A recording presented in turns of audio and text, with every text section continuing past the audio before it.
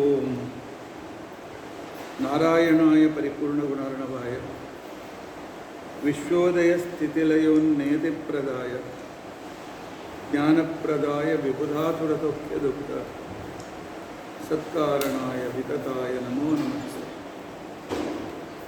ಅಭ್ರಮಂ ಭಂಗರಹಿತಂ ಅಜಡಂ ವಿಮಲಂ ಸದಾ ಆನಂದತೀರ್ಥಮತುಲಂ ಭಜೆ ತಾಪತ್ರಯಾಪಃ. ಭವತೀಯದನುಭಾವಾದೇಡಮೂಕೋಪಿ ವಾಗ್ಮಿ ಜಡಮತಿರಪಿ ಜಂತುರ್ಜಾಯತೆ ಪ್ರಾಜ್ಞಮೌಲಿಃ. ಸಕಲವಚನಚೇತೋ ದೇವತಾ ಭಾರತೀ ಸಾ ಮಮ ವಚಸಿ ನಿಧತ್ತಾಂ ಸನ್ನಿಧಿಂ ಮಾನಸೇ. ಅಸ್ಮದ್ಗುರುಸಮಾರಂಭಾಂ ಟೀಕಾಕೃತ್ಪಾದಮಧ್ಯಗಾಂ ಶ್ರೀಮದಾಚಾರ್ಯಪರ್ಯಂತಾಂ ವಂದೇ ಗುರುಪರಂಪರಾಂ. ವಿದ್ಯಾಯಾಂ ನೂತನಾಚಾರ್ಯಂ ವೇದಜ್ಞಾನಾಬ್ಧಿಚಂದಿರಂ ದುರ್ಮತಧ್ವಾಂತಮಾರ್ತಾಂಡಂ ಸತ್ಯಧ್ಯಾನಮುನಿಂ ಭಜೆ. ಪಂಚಾಶದ್ವರ್ಗಪರ್ಯಂತಂ ಸತತಂ ರಾಮಪೂಜಕಃ ಶ್ರೀ ಸತ್ಯಪ್ರಮೋದಗುರುರಾಟ್ ಭಾಸತಾಂ ನೋ ಪದಂಬರೆ. ಬಂಧುಸ್ತ್ವಂ ಗುರುರಿಷ್ಟದೈವತಮಿತಿ ತತ್ಪಾದಪಂಕೇರುಹಂ ಪ್ರಾಪ್ತಂ ಮಾಂ ಪರಿಪಾಲಯೇತಿ ಸತತಂ ಯಾಚೇ ನಿಬದ್ಧಾಂಜಲಿಃ. ಚಿತ್ತಂ ಮದ್ಗುಣದೋಷಚಿಂತನವಿಧೌ ನೂನಂ ಮನನ್ಮಾ ಕೃತಾಃ ಶ್ರೀ ಸತ್ಯಾತ್ಮಗುರೋ ತ್ವದಂಘ್ರಿಯುಗಲಂ ಹಿತ್ವಾ ನಮೇ ಸದ್ಗತಿಃ. ಯೈರಹಂ ಶುಕವತ್ ಸಮ್ಯಕ್ ಶಿಕ್ಷಿತೋಸ್ಮಿ ಕೃಪಾಲುಭಿಃ ತಾನ್ ವಂದೇ ಧೇನುಪಾಚಾರ್ಯಾನ್ ತತ್ವಜ್ಞಾನಾರ್ಥಸಿದ್ಧಯೇ. ಶ್ರೀ ಗುರುಭ್ಯೋ ನಮಃ. ಹರಿ ಓಂ ಹರಿ ಓಂ ಹರಿ ಓಂ.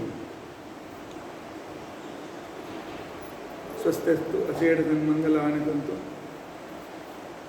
ಶ್ಲೋಕೈಕಶ್ರವಣಪಠನಮಾತ್ರೇಣ ವಕ್ತುಶ್ಚಶ್ರೋತॄಣಾಂ ನಿಖಿಲ ಕಲಿಕೃತ ಕಲ್ಮಠಾಪನೋದನ ಪುಟಕರೆ ಧರ್ಮಾದ್ಯಖಿಲ ಪುರುಷಾರ್ಥ ಸಾಧನೆ ಭೂತೆ. ಅದ್ಯ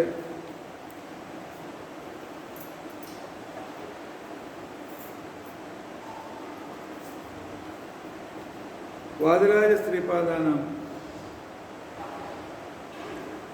ಚರಿತ್ರ ವಿವರಣಾರಂಭೆ ಸತಿ ಕಿಂಚಿತ್ ಪೂರ್ವಕಥಾನುವಾದಃ. ಹರಿ ಓಂ ಹರಿ ಓಂ ಹರಿ ಓಂ.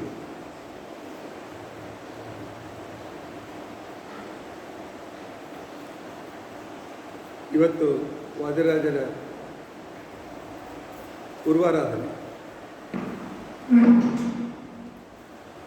ಮಧ್ಯಾರಾಧನೆ ಯಾಕೆ ಇಟ್ಕೊಳ್ಳಿಲ್ಲ ಅಂತ ಅನ್ಬೋದು. ನಾಳೆ ಸ್ವಲ್ಪ ಅನಾನುಕೂಲತೆ ಇರೋದರಿಂದಾಗಿ ಪೂಜೆ ಎಲ್ಲ ಹಾಗೆ ಆಗ್ತದೆ. ಆದರೆ ಜನರನ್ನು ಕರೆಯೋದಕ್ಕೋಸ್ಕರ ಅನಾನುಕೂಲತೆ ಇರೋದರಿಂದಾಗಿ ನಾನು ಸ್ವಲ್ಪ ಹೊರಗಿನ ಊರಿಗೆ ಹೋಗಬೇಕಾದ್ದರಿಂದ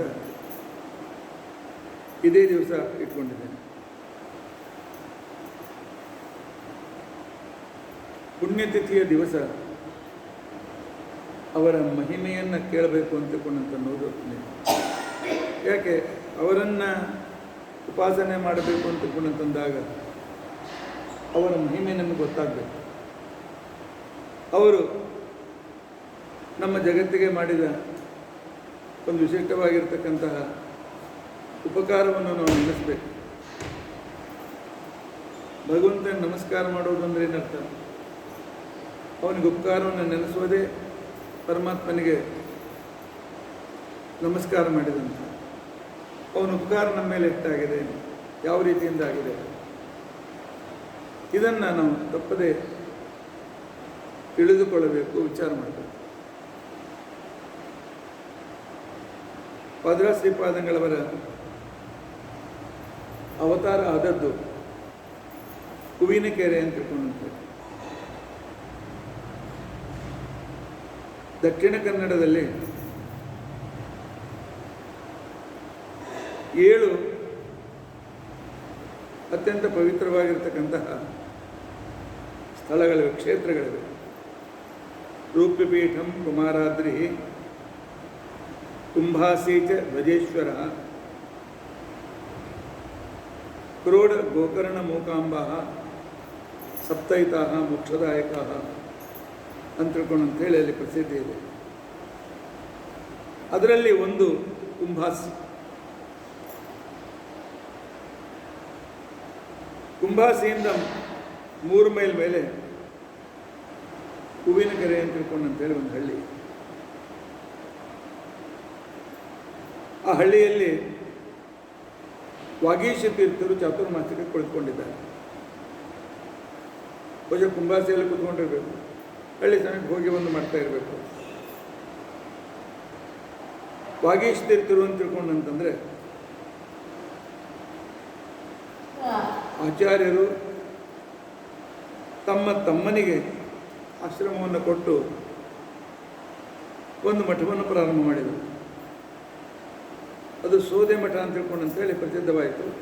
ಮುಂದೆ ವಾದರಾಜರಿಂದ ವಾದರಾಜ ಮಠ ಅಂತ ತಿಳ್ಕೊಂಡು ಅಂತೇಳಿ ಪ್ರಸಿದ್ಧಿಗೆ ಬಂತು. ವಿಷ್ಣು ತೀರ್ಥರ ಪರಂಪರೆಯಲ್ಲಿ ಇವರು 17ನೇ ಪೀಠಾಧೀಶರು ವಾಗೀಶ ತೀರ್ಥ. ಅದೇ ಊರಿನಲ್ಲಿ ಹೂವಿನಕೆರೆಯಲ್ಲಿ ರಾಮಾಚಾರ್ಯರು ಮತ್ತು ಗೌರಿ ಅಂತ ತಿಳ್ಕೊಂಡು ಗೌರಮ್ಮ ಅಂತ ತಿಳ್ಕೊಂಡು ಅಂತೇಳಿ ದಂಪತಿಗಳು ವಿಶೇಷವಾಗಿರ್ತಕ್ಕಂಥ ರೀತಿಯಲ್ಲಿ ಅವ್ರದ್ದೊಂದು ಗದ್ದೆ ಇತ್ತು, ಮನೆ ಮಾಡಿಕೊಂಡಿದ್ರು. ತನ್ನ ಹೆಂಡತಿ ಹೆಸರಲ್ಲಿ ಗೌರಿ ಗದ್ದೆ ಅಂತ ಪ್ರಸಿದ್ಧವಾಗಿತ್ತು.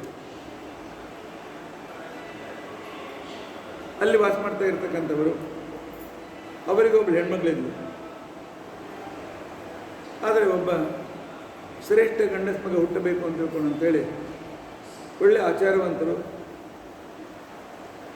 ಅನೇಕ ರೀತಿಯಾಗಿರ್ತಕ್ಕಂಥ ವ್ರತ ನಿಯಮ ಉಪವಾಸ. ಯಾಕಂದರೆ ಒಳ್ಳೆ ಮಕ್ಕಳು ಹುಟ್ಟಬೇಕು ಅಂತಂದರೆ ನಾವು ತಪಸ್ಸು ಮಾಡಬೇಕು. ನಾಳೆ ನಮ್ಮ ಮಕ್ಕಳು ಕೇಳಂಗಿಲ್ಲ, ನಮ್ಮ ಮಕ್ಕಳನ್ನ ದೂರ ಮಾಡ್ತಾರೆ, ಅದರಲ್ಲಿ ಅವ್ರ ತಪ್ಪಿಲ್ಲ, ನಮ್ಮ ತಪಸ್ಸು ಕಡಿಮೆ ಆಗಿದೆ ಅಂತ.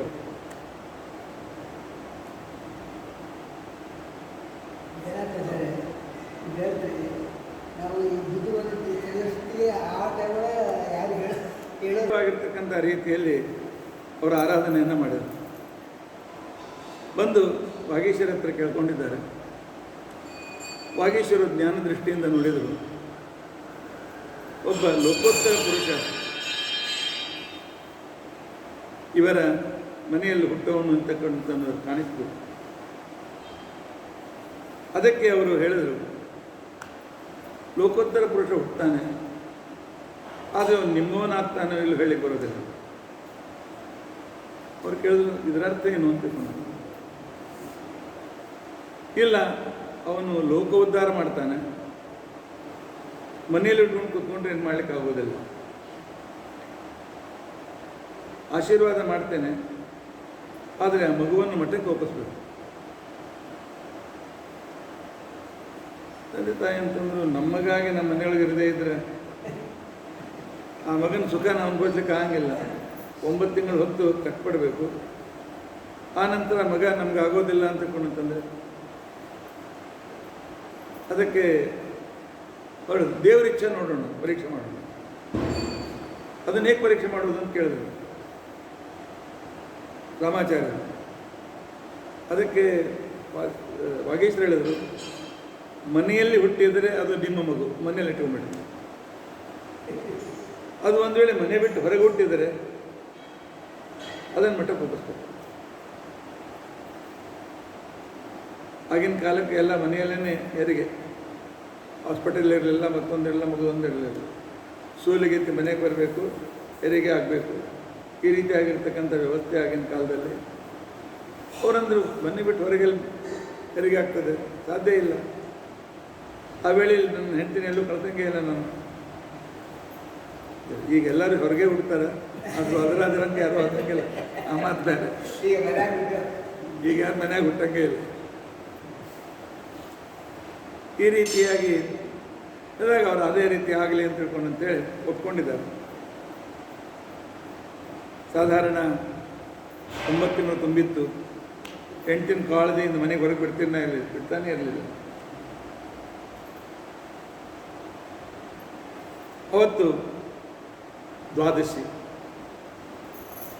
ಪೂಜೆ ಆಯಿತು, ಊಟಕ್ಕೆ ಕುಳಿತಿದ್ರು. ರಾಮಾಚಾರ್ಯ ಅದೇ ಊಟ ಕೂತಿದ್ರು.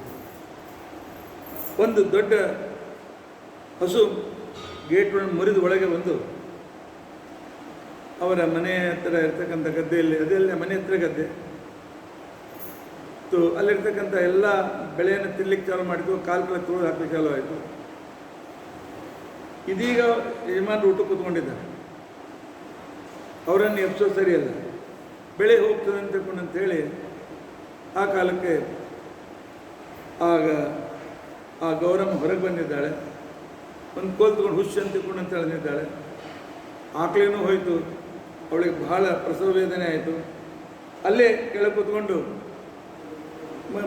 ಮನೆಯವರನ್ನು ಕರೆದಿದ್ದಾಳೆ. ಯಾಕೋ ಏನೋ ಆಯಿತು, ಹೊರಗೆ ಹೋಗಿದ್ದಾಳೆ, ಬಿದ್ದಿದ್ದಾಳೆ ಅಂತ ತಿಳ್ಕೊಂಡಂತೇಳಿ ನೋಡುವಷ್ಟರಲ್ಲಿ ಅವಳಿಗೆ ಪ್ರಸವ ವೇದನೆ ಪ್ರಾರಂಭವಾಗಿದೆ. ಮನೆಯೊಳಗೆ ಕರ್ಕೊಂಡು ಹೋಗುವಂತಿಲ್ಲ.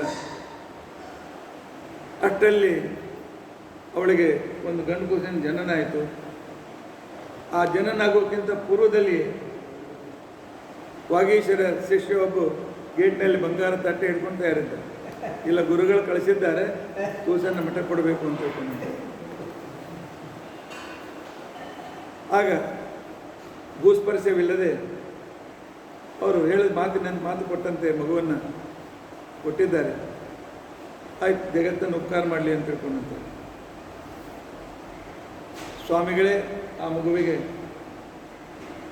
ನಾಮಕರಣ ಮಾಡಿದ್ದಾರೆ. ಭೂವರಾಹ ಅಂತ ತಿಳ್ಕೊಂಡಂತೆ, ಭೂವರಾಹ ಅಂತ ತಿಳ್ಕೊಂಡಂತೆ ನಾಮಕರಣ ಮಾಡಿದ್ದಾರೆ. ಯಾಕೆ? ಅವರ ಉಪಾಸ್ಯ ದೇವತ ಭೂವರಾಹ ದೇವತ. ಆ ನಂತರ ಮಗುವಿಗೆ ತಾವೇ ಬಾಲ್ಯದಲ್ಲಿ ಹುಡುಗರ ಕಡೆಯಿಂದ ಅವ್ರ ಕಡೆ ಪಾಠ ಹೇಳಿಸ್ತಾ ಇದ್ದಾರೆ. ದಿನಾಲು ಚಿಕ್ಕ ನೈವೇದ್ಯ ಊಟ ಮಾಡಿಸಿ ಬೆಳೆಸ್ತಾ ಇದ್ದಾರೆ. ಸರಿಯಾಗಿ 5ನೇ ವರ್ಷಕ್ಕೆ ಉಪನಯನ ಮಾಡಿದ್ದಾರೆ. ಯಾಕೆಂದರೆ ನಮ್ಮಲ್ಲಿ ನಿಯಮ ಇದೆ, ಗರ್ಭಾಷ್ಟಮಿ ಉಪನಯೀತ ಬುದ್ಧಿಮಾಂಶ್ಚೇತ್ ಪಂಚಮೇ ವರ್ಷ ಅಂತ ತಿಳ್ಕೊಂಡಂತೆ. ಬಹಳ ಬುದ್ಧಿವಂತರಾಗಿದ್ದರೆ 5ನೇ ವಯಸ್ಸಿನಲ್ಲೇ ಉಪನಯನ ಮಾಡಬೇಕು ಅಂತೇಳಿ. ನಮ್ಮ ವಿದ್ಯಾಸಮಾಚಾರಿಗೂ 5ನೇ ವಯಸ್ಸಿಗೆ ಉಪನಯನ ಆಗಿದೆ. ನಮ್ಮ ಸತ್ಯಾತ್ಮ ತೀರ್ಥರಿಗೂ 5ನೇ ವಯಸ್ಸಿನಲ್ಲಿ ಉಪನಯನ ಆಗಿದೆ.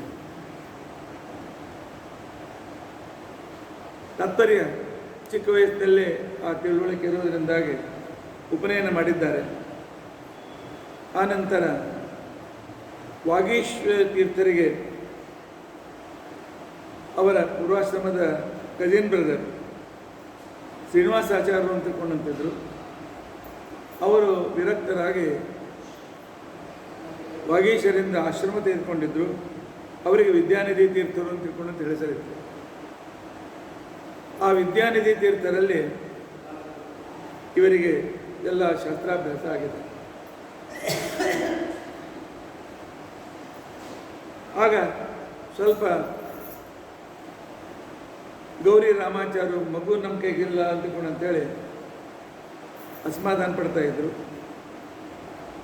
ಅದಕ್ಕೋಸ್ಕರ ವಾಗೀಶ್ ತೀರ್ಥರು ಹೇಳಿದರು, ನಿಮಗೆ ಇನ್ನೊಂದು ಸಂತಾನ ಆಗ್ತದೆ, ಚಿಂತೆ ಪಡಬೇಡಿ ಅಂತ ತಿಳ್ಕೊಂಡಂತೇಳಿ ಅವರಿಗೆ ಗೌರಿಗೆ ಇನ್ನೊಂದು ಸಂತಾನ ಆಯಿತು. ಅಲ್ಲಿ ಸಂತಾನ ಆದ ನಂತರ ಇವರಿಗೆ ಆಶ್ರಮ ಕೊಟ್ಟಿದ್ದಾರೆ. ಯಾಕೆಂದರೆ ಅವರಿಗೆ ಸನ್ಯಾಸ ತೆಗೆದುಕೊಂಡು ಬಿಟ್ಟ, ಮಕ್ಕಳಿಲ್ಲ, ನಮ್ಮ ಮುಂದಿನ ಗತಿ ಏನು ಅಂತ ತಿಳ್ಕೊಂಡಂತೇಳಿ ಅಂತಕ್ಕಂಥ ಚಿಂತೆ ಬೇಡ ಅಂತ ತಿಳ್ಕೊಂಡಂತೇಳಿ ಗೌರಿಗೆ ಇನ್ನೊಂದು ಸಂತಾನ ಆದ ಮೇಲೆ 8ನೇ ವಯಸ್ಸಿನಲ್ಲಿ ವಾದರಾಜರಿಗೆ ಸನ್ಯಾಸಾಶ್ರಮವನ್ನು ಕೊಟ್ಟಿದ್ದಾರೆ. 5ನೇ ವಯಸ್ಸಿನಿಂದಲೇ ಬಾಲಕ ಆಟಕ್ಕೆ ಹೋಗ್ತಿರಲಿಲ್ಲ. ಯಾವಾಗಲೂ ಹುಡುಗರನ್ನು ಕೂಡಿಸ್ಬೇಕು, ಸ್ತೋತ್ರ ಹೇಳಬೇಕು, ಮಂತ್ರ ಹೇಳಬೇಕು, ತಾವೇ ಶಬ್ದ ಕಳಿಸ್ಬೇಕು. ಆಟ ಆಡಿದ ದಶಾವತಾರದ ಆಟ ಆಡಬೇಕು. ನೀನು ಹಯಗ್ರೀವ, ನೀನು ನರಸಿಂಹ, ನೀನು ಪ್ರಹ್ಲಾದ, ನೀನು ಧ್ರುವ, ಈ ರೀತಿಯಾಗಿರ್ತಕ್ಕಂಥ ಆಟವನ್ನೇ ಆಡ್ತಾ ಬೆಳೆದಿದ್ದಾರೆ. 5ನೇ ವಯಸ್ಸಿನಿಂದಲೇ ಏಕಾದಶಿ ಉಪವಾಸವನ್ನು ಮಾಡ್ತಕ್ಕಂಥ ಅದ್ಭುತ ವೈಶಿಷ್ಟ್ಯ ಇವರದು. 5ನೇ ವಯಸ್ಸಿಗೆ ಏಕಾದಶಿ ಪೂರ್ತಿ ಉಪವಾಸ ಮಾಡ್ತಾಯಿದ್ರು. ಅವರಿಗೆ ಈ ಯಕ್ಷಗಾನ ಅಂತ ಕೂಡ ಭಾಳ ಪ್ರೀತಿ ಇದೆ. ಎಲ್ಲೇ ಯಕ್ಷಗಾನ ಇದ್ದರೂ ಹೋಗಿ ಕೂತ್ಕೊಳ್ತಾ ಇದ್ರು. ಇವರ ಹತ್ತಿರ ಕೈಯಲ್ಲಿ ಯಾವಾಗಲೂ ಭಾಗವತ ಪುಸ್ತಕ, ಕೈಯಲ್ಲಿ ಒಂದು ಜಪಮಣಿ. ಸುಮಾರು ಒಂದೆರಡು ವರ್ಷ ಆ ವಿದ್ಯಾನಿತೀರ್ಥರಲ್ಲಿ ಅವರ ಅಧ್ಯಯನ ಮುಂದುವರಿಯಿತು. ಭಾಗೀಶ್ವರ್ತಿ ವಿಚಾರ ಮಾಡಿದರು, ಇಂಥ ಬುದ್ಧಿವಂತ ವಿದ್ಯಾರ್ಥಿಗೆ ನಾವು ಹೇಳೋದು ಸಾಕಾಗೋದಿಲ್ಲ ಅಂಥೇಳಿ ಆಗಿನ ಕಾಲದಲ್ಲಿ ಜಗತ್ತಿಗೆ ಅತ್ಯಂತ ಉತ್ತಮವಾದ ಗ್ರಂಥ ಕೊಟ್ಟವರು ವ್ಯಾಸರಾಯರು. ವ್ಯಾಸರಾಯರ ಹತ್ತಿರ ಇವರನ್ನು ಅಧ್ಯಯನಕ್ಕೆ ಕಳಿಸಿದ್ದಾರೆ. ವ್ಯಾಸರಾಯರು, ವಿಜೇಂದ್ರರು, ವಾದಿರಾಜರು ಇವರೆಲ್ಲರೂ ಸಮಕಾಲೀನ ವ್ಯಕ್ತಿಗಳು. ವ್ಯಾಸರಾಯರ ಹತ್ತಿರ ಬಹಳ ವಿಶೇಷವಾಗಿರ್ತಕ್ಕಂಥ ರೀತಿಯಲ್ಲಿ ಇವರು ತಮ್ಮ ವಿಶೇಷವಾಗಿರ್ತಕ್ಕಂಥ ಅಧ್ಯಯನವನ್ನು ಮಾಡಿದ್ದಾರೆ. ಆಮೇಲೆ ಒಂದು ಸಲ ದ್ವಾದಶಿ ರಾತ್ರಿ ಜಾಗರ ಮಾಡಿ ಸ್ವಲ್ಪ ಏನೋ ಜಂಪ್ ಹತ್ತಿತ್ತು. ಗೋಪಿಚಂದ್ ಹಚ್ಕೊಂಡು ಮುದ್ರೆ ಹಚ್ಕೊಳ್ತಾ ಇದ್ರು. ಹಚ್ಕೊಡ್ತಕ್ಕಂಥ ಸಂದರ್ಭದಲ್ಲಿ ಒಬ್ಬ ವಿದ್ಯಾರ್ಥಿ ಒಂದು ಕರೆದ, ಸ್ವಾಮಿಗಳು ಹಾದಿ ಕಾಯ್ಲಿಕ್ಕಂತ ಅರ್ಥ ಎತ್ಕೊಡ್ಲಿಕ್ಕೆ ಅಂತಿದ್ರು. ಹಾಗೆ ಹೋಗ್ಬಿಟ್ಟು ಹಾಗೆ ಹೋಗಿ ಊಟ ಕೂತ್ಕೊಂಡ್ಬಿಟ್ಟು ಗುರುಗಳು ಹೇಳ್ತಾರೆ, ಗುರುಗಳು ಕರೀತಾರೆ ಅಂತ ತಿಳ್ಕೊಂಡಂತಂದಮೇಲೆ ನಮ್ಮ ಕೆಲಸ ಮಾಡ್ಕೊಂಡು ಹೋಗ್ತೀವಿ, ಅದು ಮಾಡ್ಕೊಂಡು ಹೋಗ್ತೀವಿ, ಆಮೇಲೆ ಹೋದ್ರೆ ಆಯಿತು. ಇದು ವ್ಯವಹಾರವೇ ಅಲ್ಲ. ಗುರು ಕರೀತಾರೆ ಅಂತಂದ್ರೆ ಏನಿದೆ ಎಲ್ಲ ವಿಸಾಕಬೇಕು, ಹೊರಡಬೇಕು. ತೀರ್ಥ ಕೊಟ್ಟರು, ಊಟ ಕೂತ್ಕೊಂಡ್ಬಿಟ್ರು. ಇವರನ್ನು ಸ್ವಲ್ಪ ಇವರು ಸನ್ಯಾಸ ಕೊಟ್ಟದ್ದು ಕೆಲವರು ಎಲ್ಲಿ ಹೋದರೂ ಬೇಡಾದವರು ಇದ್ದೇ ಇರ್ತಾರೆ, ವಿರೋಧ ಮಾಡ್ತಕ್ಕಂಥವ್ರು ಇದ್ದೇ ಇರ್ತಾರೆ. ಆಯಿತು, ಅವರು ಊಟ ಮಾಡ್ತಾ ಮಠಕ್ಕೆ ಬಂದರು. ಅವರು ವ್ಯಾಸರಾಯರ ಕೆಲವು ಶಿಷ್ಯರು ಹೋಗಿ ಹೇಳಿದ್ರು, ಎಂಥ ನಿಮ್ಮ ಶಿಷ್ಯ 3000 ಪ್ರಣವ ಮಂತ್ರ ಮಾಡದೆ ಊಟ ಮಾಡಬಾರ್ದಂತ ನಿಯಮ ಇದೆ. ನಿಮ್ಮ ಶಿಷ್ಯ ಸ್ನಾನ ಮಾಡಿ ಗೋಪಿಚಂದ್ ಹಚ್ಕೊಂಡು ಹಾಗೆ ಕೂಡ ಬಂದಿದ್ದಾರೆ, ಸಂಧ್ಯಾವಂತ ಮಾಡಿಲ್ಲ. ಆಗ ವ್ಯಾಸರಾಯ ಹೇಳಿದ್ರಂತೆ, ಈಗ ಎಲ್ಲಿದ್ದಾರೆ ಹೋಗಿ ನೋಡ್ರಿ ಅಂತ. ಅಲ್ಲಿ ಅವ್ರ ಮಠಕ್ಕೆ ಹೋದ್ರೆ ಅಲ್ಲಿ ಅವ್ರು ಹೇಳಿದ್ರು, ಇಲ್ಲ ಅಲ್ಲಿ ಸುತ್ತ ಕಾಡಿನೊಳಗೆ ನದಿ ಕಡೆ ಹೋಗ್ಯಾರಂತ. ಅಲ್ಲಿ ಹೋಗಿ ನೋಡಿದರೆ ಇದೆಲ್ಲ ತಕರಾರು ಮಾಡಿದ ವ್ಯಕ್ತಿ ನಾರಾಯಣಾಚಾರ್ಯ ಅಂತ ಒಬ್ಬ ವ್ಯಕ್ತಿ. ಅವನು ಹೋಗಿ ಅಲ್ಲಿ ನೋಡಿದರೆ ಅವರು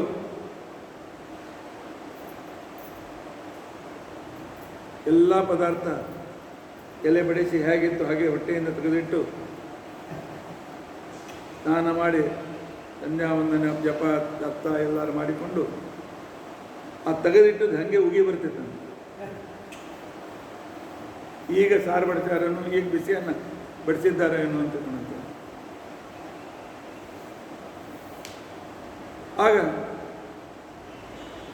ಬಹುಶಃ ಅವರಿಗೆ ಗುರುಗಳು ಶಾಪ್ ಕೊಟ್ಟಿರಬೇಕು, ನಾರಾಯಣಾಚಾರ್ಯರಿಗೆ ಬ್ರಹ್ಮರಾಕ್ಷದಾಗ ಅಂತ. ಅವರು ಕೇಳಿಕೊಂಡಾಗ ಬಹುಶಃ ಮುಂದೆ ಇವರೇ ನಿಮ್ಗೆ ಉದ್ಧಾರ ಮಾಡ್ತಾರೆ ಹೋಗು ಅಂತ ತಿಳ್ಕೊಂಡು ಅಂತೇಳಿ ಕಳಿಸಿದ್ರು.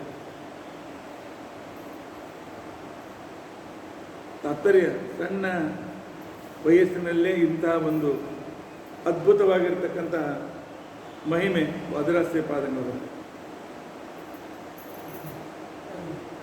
ಆ ನಂತರ ವ್ಯಾಸರಾಜರ ಹತ್ರ ಅಧ್ಯಯನ ಮುಗಿದ ನಂತರ ಎಲ್ಲ ಕ್ಷೇತ್ರ ಯಾತ್ರೆ ಮಾಡಲಿ ಪ್ರಾರಂಭ ಮಾಡಿದ್ದಾರೆ. ಕ್ಷೇತ್ರ ಯಾತ್ರೆ ಮಾಡಬೇಕು, ಅಲ್ಲಿಯ ಬಗ್ಗೆ ವಿವರಣೆ ಬರೀಬೇಕು, ಅದೇ ಮುಂದೆ ಕ್ಷೇತ್ರ ಪ್ರಬಂಧ ಅಂತ ತಿಳ್ಕೊಂಡಂತನ್ನುವ ಗ್ರಂಥ ಆಯಿತು. ಪ್ರತಿಯೊಬ್ಬರು ವರ್ಷಕ್ಕೆ ಒಂದ್ಸಲಾದರೂ ತೀರ್ಥ ಪ್ರಬಂಧ ಓದಬೇಕು. ಕ್ಷೇತ್ರ ಪ್ರಬಂಧ ಅಲ್ಲ, ತೀರ್ಥ ಪ್ರಬಂಧ. ಅಂದರೆ ಅಷ್ಟು ಯಾತ್ರೆ ಮಾಡಿರ್ತಕ್ಕಂಥ ಪುಣ್ಯ ನಮಗೆ ಪ್ರಾಪ್ತಿಯಾಗ್ತದೆ. ಇದೇ ರೀತಿಯಾಗಿ ಅವರು ಪಂಢರಪುರದ ಹತ್ರ ಬಂದಿದ್ದಾರೆ. ಮಂಗಳವೇಡಾದಲ್ಲಿ ಅವರು ಇಳ್ಕೊಂಡಿದ್ರು ಜಯತೀರ್ಥರ ಜನ್ಮಸ್ಥಾನ ನೋಡಬೇಕು ಅಂತ ತಿಳ್ಕೊಂಡಂತ ಜಯತೀರ್ಥ ಮೇಲೆ ಅಷ್ಟು ಪ್ರೀತಿ ಅವರಿಗೆ. ಅಲ್ಲಿಂದ ಪಂಢರಪುರಕ್ಕೆ ಹೋಗಬೇಕು ಅಂತ ತಿಳ್ಕೊಂಡಂತ ಕಾರಣಕ್ಕೇನೆ ಬಹಮನಿ ರಾಜ್ಯದ ಅನೇಕ ಪಠಾಣರು ಇವರ ಮೇಲೆ ದೇವರಿಗೆ ಸಂಪೂರ್ಣ ಸುತ್ತುಗಟ್ಟಿದ್ದು ಬಿಟ್ಟಿದ್ದಾರೆ. ಸುತ್ತುಗಟ್ಟಿದ ಕ್ಷಣಕ್ಕೇನೆ ಆಗ ಶಿಷ್ಯರೆಲ್ಲ ಗಾಬರಿ ಆಗಿದ್ದಾರೆ. ಇವರೇನು ಮಾಡಿದರು ಅಂತ ತಿಳ್ಕೊಂಡಂತಂದರೆ,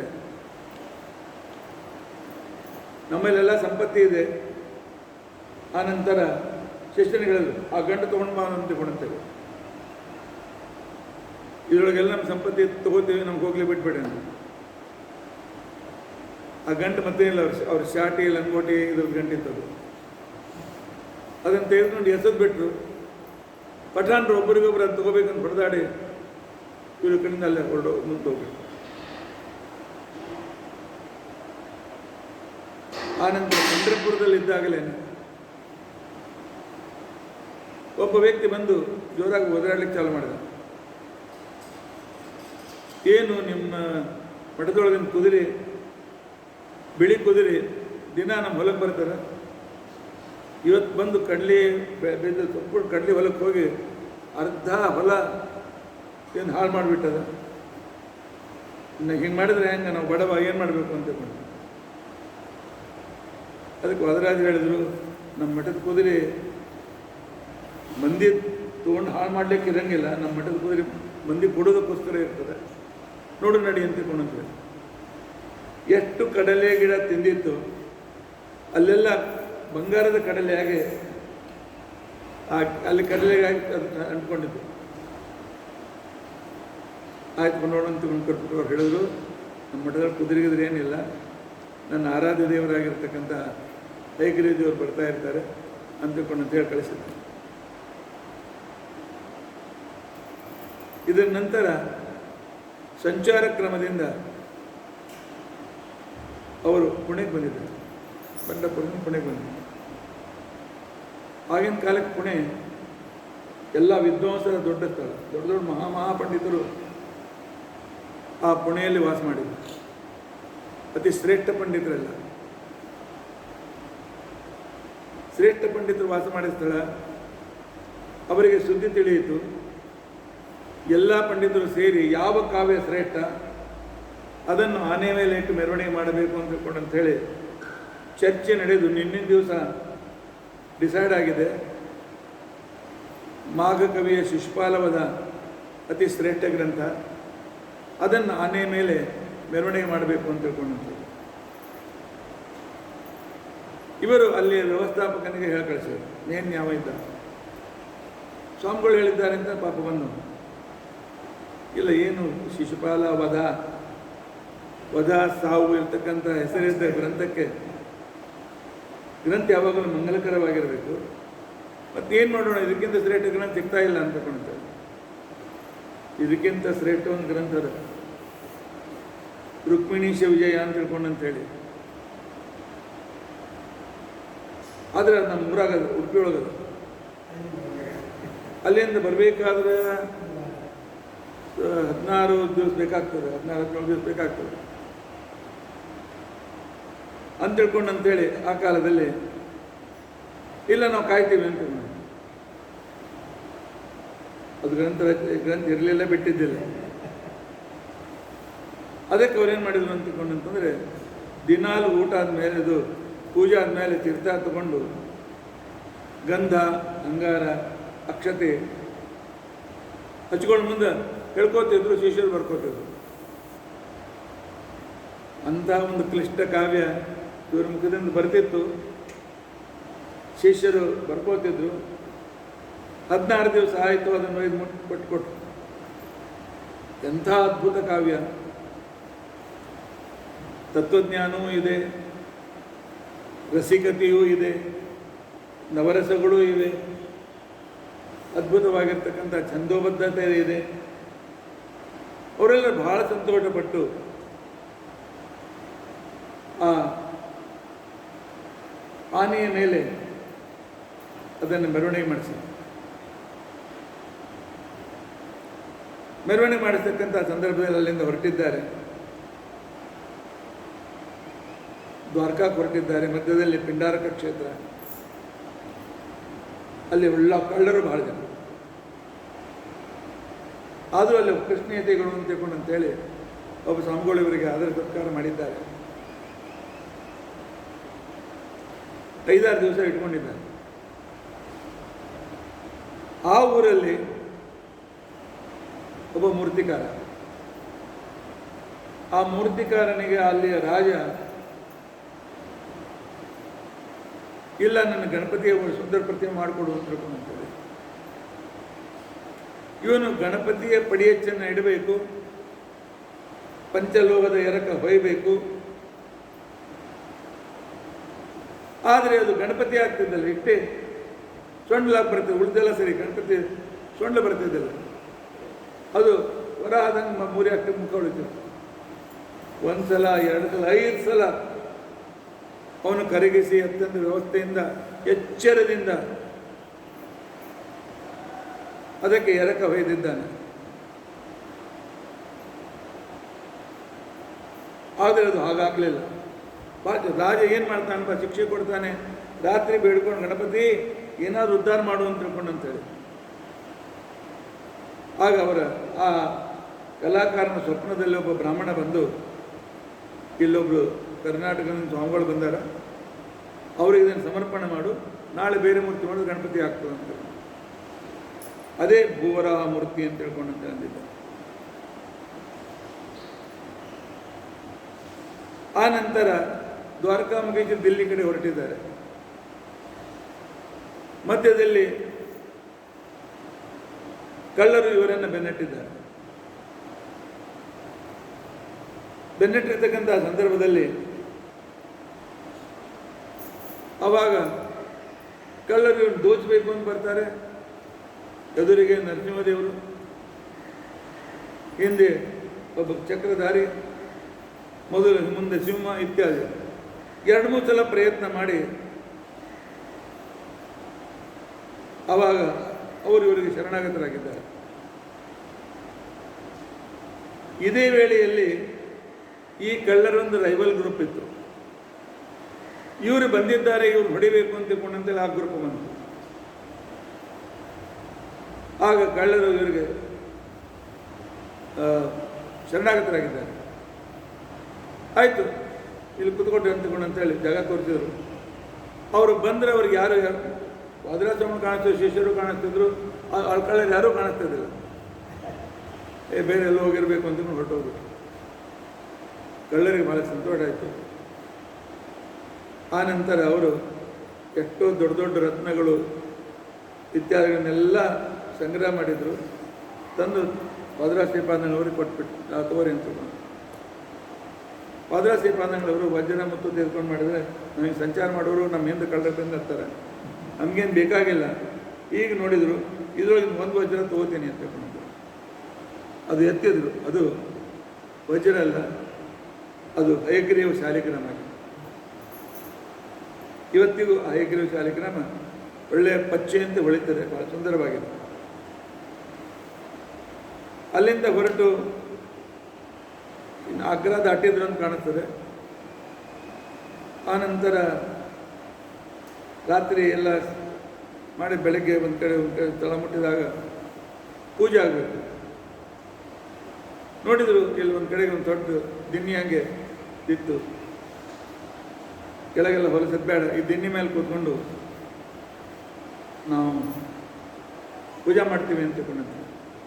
ಆಯ್ತು, ಎಲ್ಲ ದಿನ್ನಿ ಮೇಲೆಲ್ಲ ಮಾಡಿ ಸಾರಿಸಿ ಎಣ್ಣೆ ಸಗಣಿಯನ್ನು ಸಾರಿಸಿ ಅದೆಲ್ಲ ಮಾಡಿ ಪೂಜೆಯನ್ನು ಮಾಡ್ತೇವೆ. ಪೂಜೆ ಮುಗೀತಾ ಬಂದಿತ್ತು, ಜಾಗಟ್ಟಿ ಗಂಟಿ ಶಬ್ದ ಕೇಳಿ ಒಬ್ಬ ಸವಾರ ಅಲ್ಲಿಗೆ ಬಂದ. ಅವನು ಶೇರ್ಷಾನ ಸೇನಾಪತಿ. ಶೇರ್ಷಾ ಅಂತ ತಿಳ್ಕೊಂಡಂತಂದ್ರೆ ಅವನು ಹುಮಾಯೂನನ ದಳಪತಿ. ಆಗ ಅವನು ಬಂದು ನೋಡ್ತಾನೆ, ಸುಮ್ಮನೆ ಇದ್ದ. ಪೂಜೆಲ್ಲ ಮುಗೀತು, ಎಲ್ಲ ಊಟ ಆಯಿತು. ಅವನೇದು ಏನು ಮಾಡಿದ್ರಿ ಅಂತ ಹೇಳ್ಕೊತ್ತೆ, ಚಲೋ ಜಾಗ ಸಿಕ್ಕಿತ್ತು ಮಾಡಿದ್ರು. ಅದ್ರ ಕೆಳಗೆ ಶೇರ್ಷಾನ್ ಹಳೆಯ 5 ದಿವಸ ಸತ್ತೋಗ್ಯಾನ, ಅದ್ರ ಕೆಳಗೆ ಹುಗಿದದ, ಅದ್ರ ಮೇಲೆ ಕೂತು ನೀವು ಪೂಜೆ ಮಾಡಿರಿ, ಎಂಥ ಮಡಿ ಮೇಲಿಗೆ ನೀವು ಏನು ಹಾಗೆ ಅಂತ ತಿಳ್ಕೊಳುತ್ತೆ. ಅದ್ರ ಮೇಲೆ ತುಂಬ ಮಣ್ಣು ಹಾಕಿದ್ದೀವಿ ನಾವು, ದಿಣ್ಣಿ ಹಂಗಾಗಿತ್ತು ಹೇಳೋದು. ಭೂವರ ದೇವ್ರ ಪೂಜಾ ತೆಗೆದುಕೊಂಡಂತಾನೆ ಅಂತಂದರೆ ಆ ವ್ಯಕ್ತಿ ಸತ್ತಿರ್ಲಿಕ್ಕೆ ರಾಜನ್ ಕರ್ಕೊಂತ. ಶೇರ್ಷಾ ಬಂದು ತೆಗೆದು ನೋಡಿ ಆ ಪೆಟ್ಟಿಗೆ ಹೊರಗೆ ತೆಗೆದ್ರೆ ನಾವು ಎತ್ತು ಕೂತ್ಕೊಂಡ್ಬಿಟ್ಟು. ಆಗ ಶೇರ್ಷಾ ತನ್ನ ಕಡೆಯಲ್ಲಿರ್ತಕ್ಕಂಥ ಎಲ್ಲ ಸಂಪತ್ತಿ, ಸುಮಾರು 50 ಒಂಟೆ ಬರುವಷ್ಟು ಸಂಪತ್ತಿ, ಬಂಗಾರ ಬೆಳ್ಳಿ ಮುತ್ತು, ಅದನ್ನು ಕೊಟ್ಟೆ. ಇಲ್ಲ ಇವ್ರು ಬೇಡ, ಆಗಲಿ ಒಂದು ಕೆಲಸ ಮಾಡಿ, ನಮ್ಮ ಜೊತೆ ತೊಗೊಂಡು ಹೋಗಿಲ್ಲ, ಉಡುಪಿ ಕಳಿಸ್ಕೊಡು, ನಾನು ಅಲ್ಲಿ ತನಕ ಮುಟ್ಟಿಸ್ತೀನಿ ಅಂತ. ಇವತ್ತಿಗೂ ಆ ಸಂಪತ್ತಿ ಎಲ್ಲಿ ಸುಬ್ರಹ್ಮಣ್ಯ ಗುಡಿ ಅದಲ್ಲ, ಚಂದ್ರಶಾಲೆ ನೋಡಿರಿ, ಮಧ್ವಾಚಾರ್ಯ ಪ್ರತಿಮಾ ಸ್ಥಾಪನೆ ಮಾಡಲ್ಲ, ಅಲ್ಲಿ ಎದುರಿಗೆ ಸುಬ್ರಹ್ಮಣ್ಯ ಗುಡಿ ಅದು. ಆ ಗುಡಿ ಕೆಳಗೆ ಇದೆಲ್ಲ ಸಂಪತ್ತಿ ಅದು. ಮುಂದೆ ನಮ್ಗೆ ಯಾರಿಗಾದರೂ ಶಿಷ್ಯರಿಗೆ ಇದಕ್ಕೆ ಪರ್ಯಾಯ ಮಾಡಲಿಕ್ಕೆ ಅನಾನುಕೂಲ ಇತ್ತಾಯಿತು ಅಂತ ತಿಳ್ಕೊಂಡಂತಂದ್ರೆ ಈ ಸಂಪತ್ತಿ ತಗೊಳ್ಳಿ ಅಂತ ತಿಳ್ಕೊಂಡು ಅಂತೇಳಿ ಇಟ್ಟಿದ್ದಾರೆ. ಅದು ಇಲ್ಲಿ ತನಕ ಅಂತ ಪ್ರಸಂಗ ಯಾರಿಗೂ ಬಂದಿಲ್ಲ. ಆ ನಂತರ ಅವರು ಅಲ್ಲಿಂದ ಹೊರಟು ಬದರಿಗೆ ಬಂದಿದ್ದಾರೆ. ಬದರಿಗಲ್ಲಿ ಮಾನ ಅಂತ ತಿಳ್ಕೊಂಡು ಅಂತ ಹೇಳಿ, ಇಲ್ಲ ಪ್ರಯಾಗದಲ್ಲಿ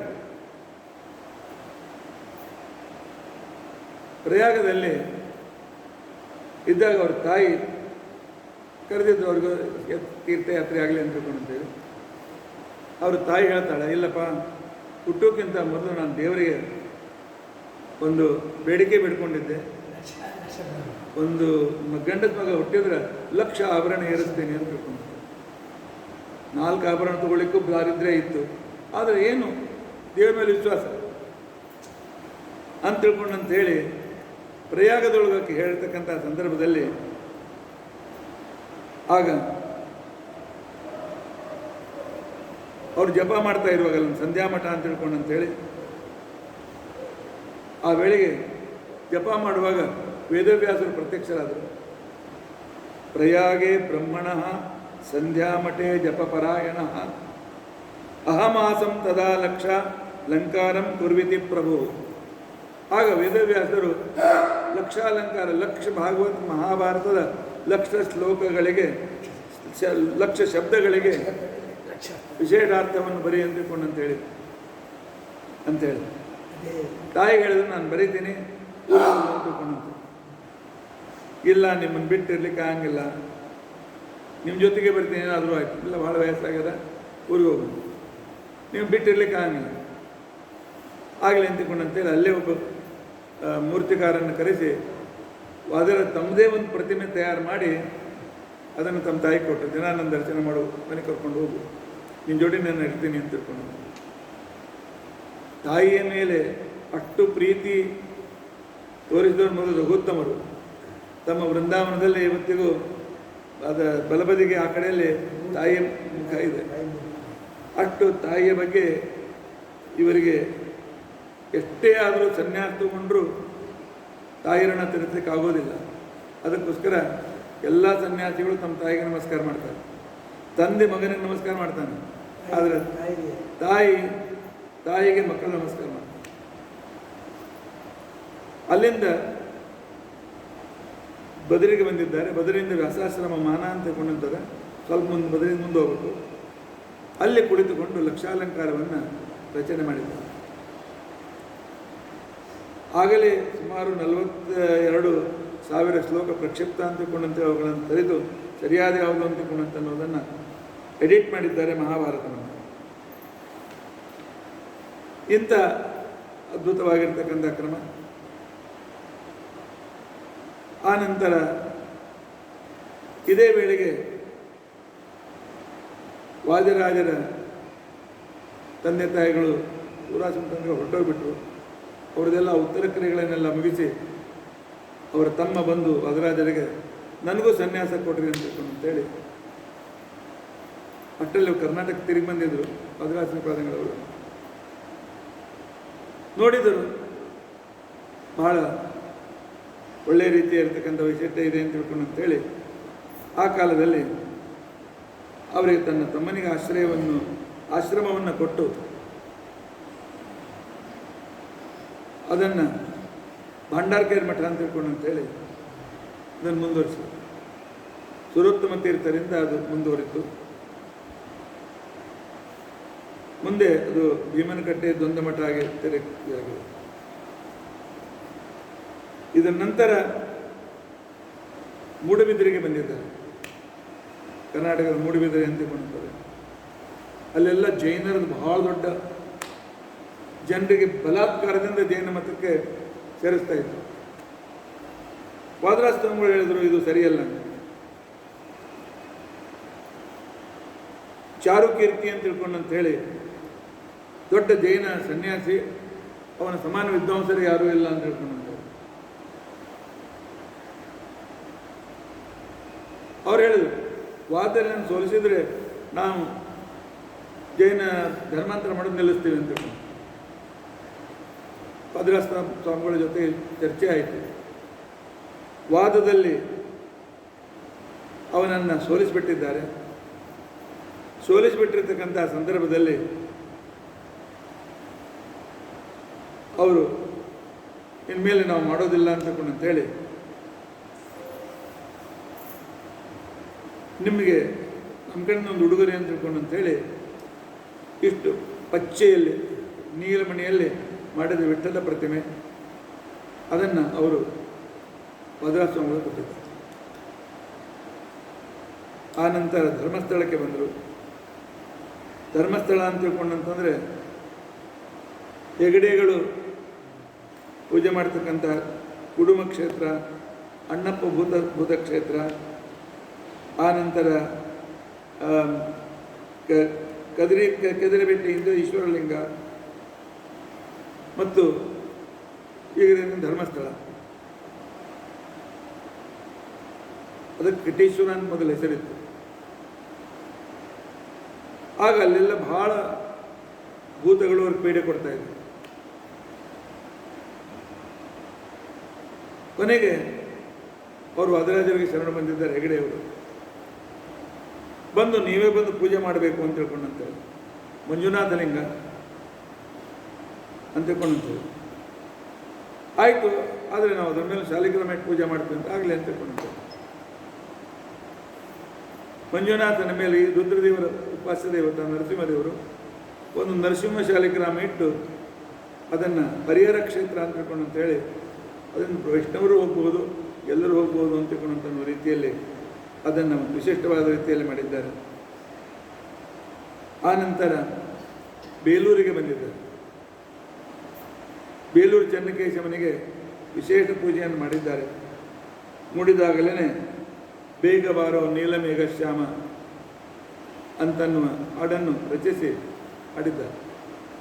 ವಾದರಾಜ ಶ್ರೀಪಾದಂಗಳವರು ಕಠಿಣ ಗ್ರಂಥ ಬರೆಯಲು ಸಮರ್ಥರು, ಒಳ್ಳೆಯ ಕಾವ್ಯಗಳನ್ನು ರಚಿಸಲು ಸಮರ್ಥರು, ಅನೇಕ ಸ್ತೋತ್ರಗಳನ್ನು ರಚಿಸಲು ಸಮರ್ಥರು. ಸುಮಾರು 64 ಸ್ತೋತ್ರಗಳನ್ನು ರಚನೆ ಮಾಡಿದ್ದಾರೆ. ಹೆಚ್ಚಿನ ಸ್ತೋತ್ರ ಸಿಗುವುದು ವಾದರಾಜರಿಂದ. ದಶಾವತಾರ ಸ್ತೋತ್ರ ವಾದರಾಜರದು, ಆನಂತರ ಕೃಷ್ಣಾಷ್ಟಕ ವಾದರಾಜರದು. ಈ ರೀತಿಯಾಗಿ ಅತ್ಯಂತ ಅನೇಕ ರೀತಿಯಾದಂಥ ಕಾರ್ಯವನ್ನು ಮಾಡಿರ್ತಕ್ಕಂಥ ವ್ಯಕ್ತಿಗಳು. ಆನಂತರ ಇವರ ಹತ್ರ ಕೇಶವ ಅಯ್ಯಂಗಾರ್ ಅಂತ ಹೇಳಿ ಶ್ರೀ ವೈಷ್ಣವರು ಇವರ ಶಿಷ್ಯರಾಗಿ ಬಂದರು. ಇದೇ ವೇಳೆಯಲ್ಲಿ ಅವರ ಉಪಾಸ್ಯ ದೇವತೆ ಭೂವರಾನಾದರೂ ಕೂಡ ಹಯಗ್ರೀವ ದೇವರು ಇವರಿಗೆ ಬಲಿಗೆ ಬಂದದ್ದರಿಂದಾಗಿ ಅವರು ದಿನಾಲು ಹಯಗ್ರೀವವನ್ನು ಮಾಡಿ ದೇವರಿಗೆ ನೈವೇದ್ಯ ತೋರಿಸ್ತಾ ಇದ್ರು. ನೈವೇದ್ಯ ತೋರಿಸಿ ತಮ್ಮ ತಲೆ ಮೇಲೆ ಇಟ್ಕೊಳ್ಬೇಕು. ಹಿಂದೆ ಹಯಗ್ರೀವ ದೇವರು ಬರಬೇಕು, ಅದನ್ನು ತಿಂದು ಹೋಗ್ಬೇಕು. ಅನ್ಬೋದು ಮುಸುರಿ ಹಂಗೆ ತಲೆ ಮೇಲೆ ಇಟ್ಕೊಳ್ತಾರೆ ಅಂತ. ಅವಾಗ ಹಯಗ್ರೀವ ಅಂತಂದ್ರೆ ಕಡಲೆ ಬೆಲ್ಲ ಅಷ್ಟೇ ಇಟ್ಕೊಳ್ತೀವಿ. ಈಗ ನಮಗೆ ತಿನ್ನಲಿಕ್ಕೆ ಆಗಂಗಿಲ್ಲ ಅಂತೇಳಿ ನಾವು ಬೇಯಿಸಿ ತಿಂತೀವಿ. ನಾವು ಬೇಯಿಸಿ ತಿಂತೀವಿ. ಕಡಲೆ ಬೆಲ್ಲ ಅದಕ್ಕೆ ಶ್ರೇಷ್ಠ ಅಂತ ತಿಳ್ಕೊಂಡಂತೆ ಅದನ್ನು ಇಟ್ಕೊಳ್ತಾ ಇದ್ರು. ಅದು ತಿಂದು ಇವರು ಸ್ವಲ್ಪ ಉಳಿಸಿ ಹೋಗ್ತಾ ಇದ್ರು. ಅದನ್ನು ಇವರು ಸ್ವೀಕಾರ ಮಾಡಿ ತಮ್ಮ ಉಪಜೀವನ ಮಾಡ್ತಾ ಇದ್ರು. ಇಷ್ಟರಲ್ಲಿ ವಾದಿರಾಜರ ಕೀರ್ತಿ ಹರಡಿತ್ತು. ಅದ್ವೈತಿಗಳು ಸೋತು ಹೋಗಿದ್ರು, ಜೈನರು ಸೋತು ಹೋಗಿದ್ರು, ಮತ್ತವರು ಸೋತು ಹೋಗಿದ್ರು. ಹೀಗಾಗಿ ಇವರಿಗೆ ಶತ್ರುಗಳು ಜಾಸ್ತಿ ಆದವು. ಶಸ್ತ್ರಗಳು ಜಾಸ್ತಿ ಆದಾಗ ಅವರನ್ನು ಕೊಲ್ಲಬೇಕು ಅಂತ ಕೊಂಡು ಹಯಗ್ರೀವ ಇಟ್ಟುಕೊಂಡು ಅದರಲ್ಲಿ ಹೆಂಗೋ ಕುದುರೆ ತಿಂತದೆ, ಅದು ಖರೇನು ಸೋಳು ನೋಡೋಣ ಅಂತ ಅದನ್ನು ನೋಡೋಣ. ಕುದುರೆ ಸತ್ತು ಬಿದ್ದರೆ ಗೊತ್ತಾಗ್ತದೆ ನಮಗೆ. ಆನಂತರ ಇವರು ಅದು ಪ್ರಸಾದ ತಿಂತಾರೆ, ಇವರು ಹೋಗ್ತಾರೆ, ಒಳ್ಳೇದಾಗ್ತದೆ. ಆದರೆ ಅವತ್ತಿನ ದಿವಸ ಕುದುರೆ ಬಹಳ ಉಗ್ರವಾಗಿ ಶಬ್ದ ಮಾಡ್ತಾರೆ, ಉಗ್ರವಾಗಿ ಬಂದಿತ್ತಂತೆ. ಆ ನಂತರ ಆ ಹಯಗ್ರೀವನ್ನು ತಿಂದು ಗದ್ದಲ ಹಾಕಿ ತಟ್ಟೆ ಬೀಳಿಸಿ ಹೋಯ್ತಂತೆ. ನೋಡಿ ತಟ್ಟೆಗೆ ಏನು ಉಳಿಲಿಲ್ಲ, ಪೂರಿ ನೆಕ್ ಬಿಟ್ಟಿತ್ತು. ಇವ್ರಿಗೇನು ಉಳಿಸಿರಲಿಲ್ಲ. ಭಗವಂತನಿಗೆ ತಮ್ಮ ಭಕ್ತರ ಮೇಲೆ ಬಹಳ ಪ್ರೀತಿ, ಅದಕ್ಕೋಸ್ಕರ. ಆದರೆ ಇಲ್ಲಿ ಬಂದು ನೋಡ್ತಾರಂತೆ ಅವರ ಆರಾಧ್ಯ ದೇವರ ಪೂರ್ತಿ ಹಸಿರಾಗಿಬಿಟ್ಟು, ಒಳ್ಳೆ ತಳತಳ ಒಳ್ಳೆ ಪಂಚಮುಕ್ತಿ ಹಸಿರಾಗಿ ಪಾತಿಯೆಲ್ಲ ಹತ್ಕೊಂಡ್ಬಿಟ್ಟು. ಅದಕ್ಕೆ ಅವರು ವಾದರಾಜರು ಇಲ್ಲ ಯಾರೋ ವಿಷ ಹಾಕಿದ್ದಾರೆ, ಆದ್ದರಿಂದಾಗಿ ನಾನು ಊಟ ಮಾಡೋದಿಲ್ಲ ಅಂತ ತಿಳ್ಕೊಂಡು ಇವರ ತಪಸ್ಸಿಗೆ ಕ್ರಮವಾಗಿ ಆ ಮೂರ್ತಿ ಮೊದಲನಂತೆ ಆಯಿತು. ಕುತ್ತಿಗೆಯಲ್ಲಿ ಸ್ವಲ್ಪ ಇವತ್ತಿಗೂ ಹಸಿರು ಉಳಿದಿದೆ. ಕೇಶವ ಅಯ್ಯಂಗಾರ್ ಅಂತಕೊಂಡಂತನವರು ಇವರು ತಲೆ ಮೇಲೆ ಹಯಗ್ರೀವವನ್ನು ಇಟ್ಕೊಂಡು ತಿನ್ನಿಸುವಾಗ ಒಂದ್ಸರ್ತಿ ಗೊತ್ತಾಗದೆ ಕಿಟಕಿ ತೆಗೆದಾಗ ಈ ದೃಶ್ಯವನ್ನು ಕಂಡವರು ಅವರು ಕೇಶವ ಅಯ್ಯಂಗಾರ್ ಅಂತಕೊಂಡಂಥದ್ದು. ನೀವು ದೇವರದ್ದ ದರ್ಶನ ಮಾಡಿದ್ದೀರಿ ಅಂತ ತಿಳ್ಕೊಂಡಂತೇಳಿ ಅವರಿಗೆ ದೀಕ್ಷೆಯನ್ನು ಕೊಟ್ಟು ದಾಸರಾಗ್ರಿ ಅಂತ ತಿಳ್ಕೊಂಡಂತೇಳಿದ್ರು. ಅವರೇ ವೈಕುಂಠದಾಸರು ಅಂತ ತಿಳ್ಕೊಂಡಂತೇಳಿ ಮುಂದೆ ಪ್ರಸಿದ್ಧರಾಗಿದ್ದಾರೆ. ವೈಕುಂಠದಾಸರು ಶ್ರೀವೈಷ್ಣವರು, ಶ್ರೀವೈಷ್ಣವ ಕ್ರಮದಲ್ಲಿ ಅನೇಕ ಪದ್ಯ ಬರೆದಿದ್ದಾರೆ. ಆದರೆ ಅವರು ಇವರಿಂದ ತಯಾರಾಗಿರ್ತಕ್ಕಂಥವರು. ವ್ಯಾಸರಾಯರ ಶಿಷ್ಟರಾದಾಗಲೇ ಪುರಂದರದಾಸರು, ಕನಕದಾಸರು ದಾಸ ಸಾಹಿತ್ಯ ಬೆಳೆಸಿದ್ದರಿಂದಾಗಿ ವ್ಯಾಸರಾಯರು ಅನೇಕ ಕೀರ್ತನೆಗಳನ್ನು, ಅನೇಕ ಪದಗಳನ್ನು ಬರೆದಿದ್ದರು. ವಾದಿರಾಜರು ತಾವು ಸ್ವತಃ ಅನೇಕ ಪದಗಳನ್ನು ಬರೆದಿದ್ದಾರೆ. ಒಟ್ಟು ವ್ಯಾಸ ಸಾಹಿತ್ಯ, ದಾಸ ಸಾಹಿತ್ಯ ಎಲ್ಲವನ್ನೂ ಕೂಡ ಇವರು ಬೆಳೆಸಿದ್ದಾರೆ. ಆನಂತರ ಒಬ್ಬ ಸಿರಿವಂತನ ಮನೆ ವಿವಾಹ. ಇಲ್ಲ, ನಿಮ್ಮ ವಿವಾಹ ಆಗೋದು ನಮ್ಮೂರಲ್ಲೇ ನೀವು ಇರಬೇಕು, ವಿವಾಹದ ಮಂಟಪ ಬರಲಿಕ್ಕೆ ಆಗಂಗಿಲ್ಲ, ನಿಮ್ಮಲ್ಲಿ ಬಂದು ನಾವು ವಧುವರನ್ನು ಕರ್ಕೊಂಡು ಬರ್ತೀವಿ, ಆಶೀರ್ವಾದ ಮಾಡಬೇಕು ಅಂತ. ಆ ಸಪ್ತಪದಿಗಿಂತ ಮೊದಲು ಬಾಸ್ಯಂಗ ಕಟ್ತಾರೆ. ಅವರ ಬಟ್ಟೆ ಬಾಸ್ಯಂಗಕ್ಕೆ ಹೂವಿನ ಅಲಂಕಾರ ಮಾಡಿದರು. ಅದರೊಂದು ಮಿಡಿ ನಾಗರ ಸೇರ್ಕೊಂಡಿತ್ತು. ವಿವಾಹ ಹೋಮ ರಾಜ ಹೋಮ ನಡೆದಿದೆ. ಮಿಡಿನಾಗರ ಕಚ್ಚಿ ಅವನು ಸತ್ತಲ್ಲೇ ಬಿದ್ದುಬಿಟ್ಟು. ವಿವಾಹ ಮಂಟಪ, ಇದು ಸ್ಮಶಾನ, ಎಲ್ಲರೂ ಅಳ್ಳಿಕ್ಕೆ ಚಾಲು ಮಾಡಿದರು. ಕೊನೆಗೆ ಆ ಸಿರಿವಂತ ವಾದಿರಾಜರಿಗೆ ಶರಣ ಬಂದಿದ್ದಾನೆ. ವಾದಿರಾಜ ಹೇಳ್ತಾರೆ, ನಮ್ಮ ಹಯಗ್ರೀವ ದೇವರು ಮತ್ತು ನಮ್ಮ ಗೋರಾದೇವರಿದ್ದಲ್ಲಿ ಈ ರೀತಿ ಮರಣ ಆಗೋದಿಲ್ಲ, ಅವನು ಸತ್ತೇ ಇಲ್ಲ, ನಾನೇ ಬರ್ತೀನಿ ಅಂತ ಹೇಳಿ ಬಂದು ಲಕ್ಷ್ಮೀ ಶೋಭಾನನ್ನು ತಯಾರು ಮಾಡಿದರು. ಹೇಗೆ ಲಕ್ಷ್ಮೀ ಶೋಭಾನ ಹೇಳ್ತಾ ಇದ್ದಾರೆ, ಅವನ ಅಲ್ಲಿ ಅದು ವಿಷ ಇಳಿಲಿಕ್ಕೆ ಪ್ರಾರಂಭ ಆಯಿತು. ಮುಗಿತಾ ಬಂದಾಗ ಅವನು ಉಸಿರಾಟ ಚಾಲು ಆಯಿತು. ಮುಗಿದ ಕ್ಷಣಕ್ಕೆ ಎತ್ಕೊಂಡ್ಬಿಟ್ಟ. ಅದರಿಂದ ಇವತ್ತಿಗೂ ಲಕ್ಷ್ಮೀ ಶೋಭಾನೆಯನ್ನು ಹೇಳ್ತಾ ಇದ್ದರೆ ದಂಪತಿಗಳ ಜೀವನ ಸುಖಮಯವಾಗ್ತದೆ. ಅದನ್ನು ತಪ್ಪದೇ ಯಾವಾಗಲೂ ಹೇಳ್ತಾ ಇರಬೇಕು ಅಂತ ಹೇಳಿ ನಮ್ಮ ಪ್ರಾಂತದಲ್ಲಂತೂ ಇವತ್ತಿಗೂ ಕೂಡ ಲಕ್ಷ್ಮೀ ಶೋಭಾನೆ ಎಲ್ಲ ಮದುವೆಯಲ್ಲಿಯೂ ಹೇಳ್ತಕ್ಕಂಥ ಸಂಪ್ರದಾಯ ಬೆಳೆದು ಬಂದಿದೆ. ಆ ನಂತರ ಅಲ್ಲಿಂದ ಅವರು ಸೋದೆ ಕಡೆಗೆ ಹೊರಟಿದ್ದಾರೆ. ಒಂದು ಸೋದೆ ಕಡೆ ಹೊರಟಿದ್ದಾರೆ. ಅಲ್ಲೊಂದು ಮುಳ್ಳಲ್ಲಿ ಇವರ ಶಾಟೆ ಸಿಕ್ಕಿಬಿದ್ದಿದೆ. ಜೋರಾಗಿ ಶಬ್ದವಾಯಿತು. ಅಲ್ಲಿ ಸಮೀಪ ಜನರೆಲ್ಲ ಹೇಳಿದ್ರು, ಇದೊಂದು ನಾರಾಯಣ ಭೂತದ, ಒಳಗೊಂದು ಭೂತದ, ನಾರಾಯಣ ತೆಗೆದಿದ್ದಿಲ್ಲ ಅದಕ್ಕೆ. ಈ ವೇಳೆ ಯಾವಾಗಬೇಕಂದ್ರೆ ಎಲ್ಲರನ್ನೂ ಕೊಂದು ಹಾಕ್ಬಿಡ್ತದೆ, ಹೋಗ್ಬೇಡ್ರಿ, ಯಾದಿಗೆ ಹೋಗೇಬೇಡ್ರಿ, ಹಾದಿಗೆ ಹೋಗೇಬೇಡ ಮೊದಲು ಹೋಗ್ತೀನಿ, ಜನರಿಗೆ ಪೀಡೆ ಕೊಡ್ತೀನಿ, ದೂರ ಮಾಡ್ತೀನಿ, ಇಲ್ಲಿ ಹೋಗ್ಬೇಡ. ಅರ್ಧ ಹೋಗಿದ್ದೊಂದು ಭೂತ ನೋಡೋದು ನಿಂತ್ಬಿಟ್ಟು ದೊಡ್ಡ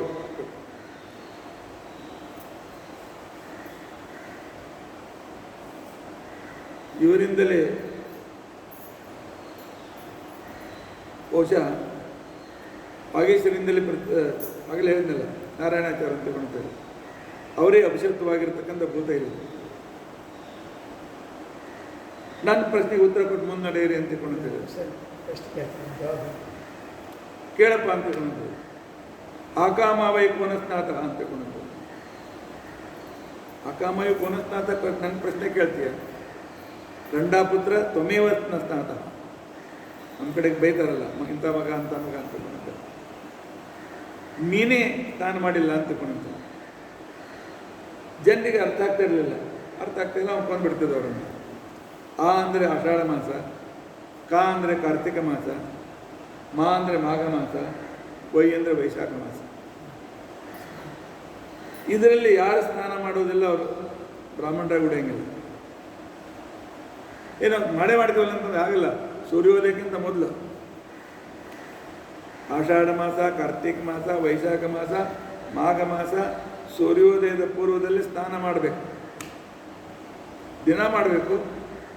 ಆಗದೇ ಇದ್ರೆ ಈ 4 ತಿಂಗಳನ್ನು ತಪ್ಪದೇ ಮಾಡಬೇಕು. ಆ ನಂತರ ಅಲ್ಲಿಂದ ಮುಂದುವರೆಟಿದ್ದಾರೆ. ಮುಂದುವರೆಟಿರ್ತಕ್ಕಂಥ ಸಂದರ್ಭದಲ್ಲಿ ಆವಾಗ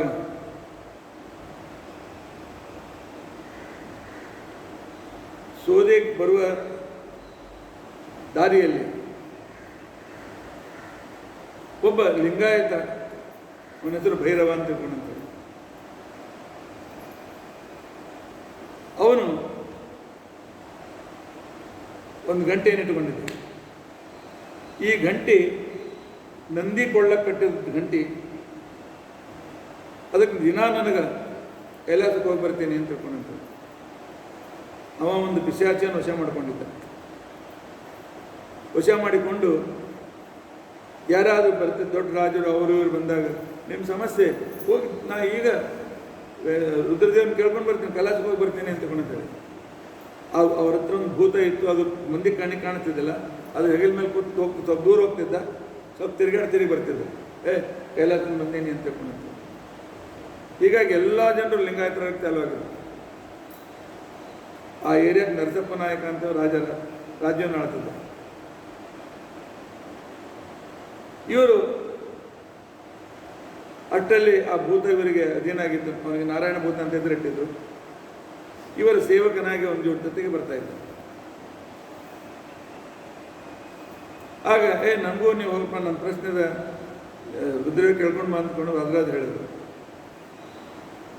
ಆಯ್ತಾಯ್ತು ಅಂತ ತಿಳ್ಕೊಂಡು ಇಷ್ಟು ರೊಕ್ಕ ಕೊಡ್ಬೇಕಂದ್ರೆ ಅದೇ ಡಬಲ್ ಕೊಡ್ತೀನಿ. ಆಗ ಆ ಭೂತನ ಮೇಲೆ ಕೂತು ಹೋದ್ರು. ಇವ್ರು ನಮ್ಮ ನಾರಾಯಣ ಭೂತ ಹೇಳಿದ್ರು ನೋಡ್ಕೊಳ್ತೀವಿ ಹೋಗಕ್ಕೆ ಅಂತ. ಸ್ವಲ್ಪ ದೂರ ಹೋದ್ಮೇಲೆ ನಾರಾಯಣ ಭೂತ ಆ ಭೂತಕ್ಕೆ ಬಡಿದ್ರೆ ಸತ್ತೋಯ್ತು. ಕಿರಿಕಿಯೋದು ಕೆಳಗೆ ಬಿದ್ದ. ಎಲ್ಪ ಕೈಲಾಸ ಕ್ಷಮಿಸ್ಬಿಡ್ರಿ ಅಂತ ತಿಳ್ಕೊಂಡು ಆಗ ಸಂಪೂರ್ಣ ಸೋದಾ ಕ್ಷೇತ್ರವನ್ನು ರಾಜ ವರದರಾಜರಿಗೆ ದಾನ ಮಾಡಿದ. ಆಗ ಅವರಿಗೆ ಪರ್ಯಾಯದ ಸಂದರ್ಭ ಬಂದಿತ್ತು. ತಮ್ಮ ಶಿಷ್ಯರಾದ ವೇದ್ಯರಿಗೇನೆ ಹೋಗಿ ನೀವು ಪರ್ಯಾಯ ಮಾಡಿ ಅಂತ ತಿಳ್ಕೊಂಡಿದ್ದೀವಿ. ಇದಕ್ಕಿಂತ ಮೊದಲು ಒಂದು ಪ್ರಸಂಗ ಬಂದಿತ್ತು. ಪಂಢರಪುರ ಮಾರ್ಗದಿಂದ ಹೊರಟು ಪೈಠಣಿಗೆ ಬಂದಾಗ ಪ್ರತಿಷ್ಠಾನಪುರ ಅಂತ ಅದಕ್ಕೆ ಹೆಸರಿತ್ತು. ಅಲ್ಲಿ ಒಬ್ಬ ಅದ್ವೈತ ಬೇಕಂತಲೇ ಇವರ ಜೊತೆ ವಾದವನ್ನು ಚಾಲು ಮಾಡಿದ್ರು, ವಿತಂಡವಾದ. ಯಾಕೆ ಗೊತ್ತಿತ್ತು ಇವರು ಪರ್ಯಾಯಕ್ಕೆ ಹೋಗ್ಬೇಕಾದ್ರೆ ಇನ್ನು 2 ದಿವಸ ಹೊರಡಬೇಕು. ಉಡುಪಿ ಮುಟ್ಲಿಕ್ಕೆ 12 ದಿವಸ ಹಿಡಿತದೆ. ಅವ್ರು ನಿಂದ್ರಂಗಿಲ್ಲ. ವಾದ ಬಾರಪ್ಪ ಅಂತಂತಾರೆ. ಇವ್ರು ಸೋಲಿಸ್ದಂಗೆ ಆಗ್ತದೆ ಅಂತ ತಿಳ್ಕೊಂಡು ಇವನು ನೀವು ವಾದ ಮಾಡಲಿಕ್ಕೆ ಬೇಕು ಅಂತ ಆ ವಾದ ಚಾಲೂ ಆಯಿತು. 2 ದಿವಸ ಆಯ್ತು, ಕಂಟಿನ್ಯೂ ಆಯಿತು. ನಾಳೆ ಹೊರಡಬೇಕು, ಏನು ಮಾಡಬೇಕು? ಆ ಊರಲ್ಲಿ ಆನಂದ ಭಟ್ಟಾರಕರು ಅಂತ ತಿಳ್ಕೊಂಡು ಅಂತೇಳಿ ದೊಡ್ಡ ವಿದ್ವಾಂಸರು,